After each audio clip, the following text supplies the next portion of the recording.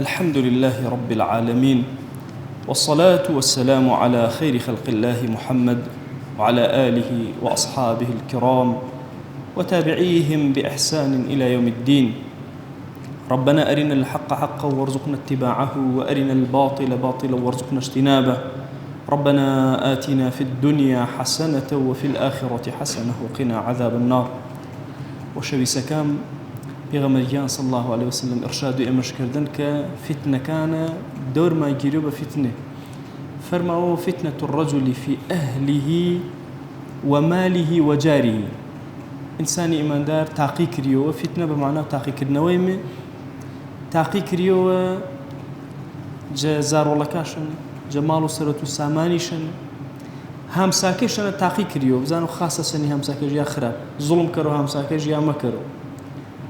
چنی رفیقکل تاقی کریو، چنی هم سفرکل هاو زوانکل، چنی ولاتکل، چنی قدی تو تاقی کردنول هن و امتحان هن. بخیر و بشر اگر فرج دای پنه هر نعمت جنعمتک داش پنه هر تاقل کرو، چنج اسایو هر تاقل کرو. اما اینام امتحان جورن، یا چی امتحان برمشمی یا برمشمی. اشم اما ایمان دار استعداد فرج جورما ورجرتبو. پیغمبر صلى الله عليه وسلم فرموا بادروا بالأعمال فتنة، والآن ياودي فتنة جوركا عملي فركردي مشغول بعبادتي تاو طاعتي تاو خواناسي فركردي كاتي وبتازاندي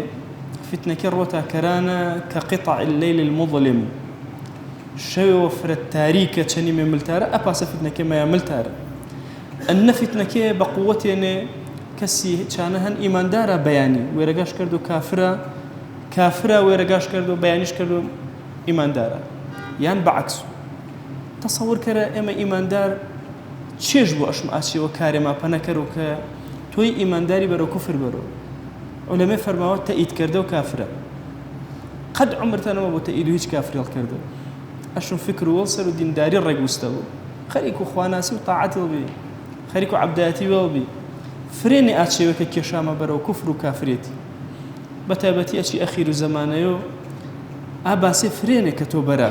رنقا بتأيدي وقلانوتو لوابي دائرة كفري بيوان نزانا شو عقيدة فرساخو باكا أشون فربا السلامتي من وبينو تو خواي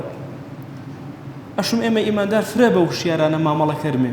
فرماو هر كسي نزيقنو وشي فتنة إلا فتنة وروش بروش تاني ويش بكلمة ويش نزيقنا زوان ويل بارزنا يانكال بارزنا زاولكال بارزنا اگر والتر شون ما نبينا شو يسبول چكا فتنه كي درش هدين هكا ولاتو امسج جيرتو چكا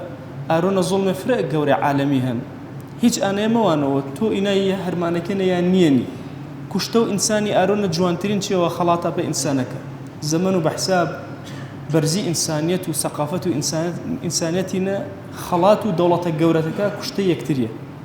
ياري كردن بإنسان دلي بردي زارولي ونجني وما بوتشما وما الحمد لله خوي بشانة دائمة زيف باطليش بشانة دائمة وينما كأهل باطلي تنها قصيشة هني شن خراب ما ملكرا شني كتير شني إنسانك بتابتي شني أهل إيماني فرماو وشوي سودلي اگر فتنة امان نشتبير خاسترا شاني بيوبي اگر بيوبي خاسترا شاني بلي اگر بلي خاسترا شاني الرمي اقل جو فتنة كيبو والبارز نتشناج اي فتنة كروش كردينا جهاني اسلامي اشو اما فرقا قاما تشنبو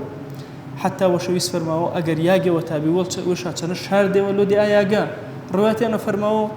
لو دي كشي وبرز نيش ديره خريكو حيوان داري بيدي خريكو باخكا وبخزمتش كره زوان البارزنا ضل البارزنا فكر البارزنا بروا كرده اي منطقة اما جوانترين منطقة في بارزنا جا فتنة كا اگر وما عقلي بيم اگر وما خريكو خواناسي ودين داري بيم خواهي قورا منطقة وجدين مبانا كمنطقة بارزريابو ورو اني ارونا قرد ما اشم خريكي اني بيمي وما پرورده كرمي وبيمي وما را گناه ما بين وما وخوا دو عفو كرمي چني همساكي ما مصالحة كرمي وصلحة كرمي چني جنوزا الله همنه بيمي وهادي بيمي چني يكتري يعني كا جوانه كرمي وطاعات يعني كا پر كرمي قرآن وذكر وأوراد تا خوا جل جلاله چي فتنه بلايا پارزنوما خوا دوا وانا كرمي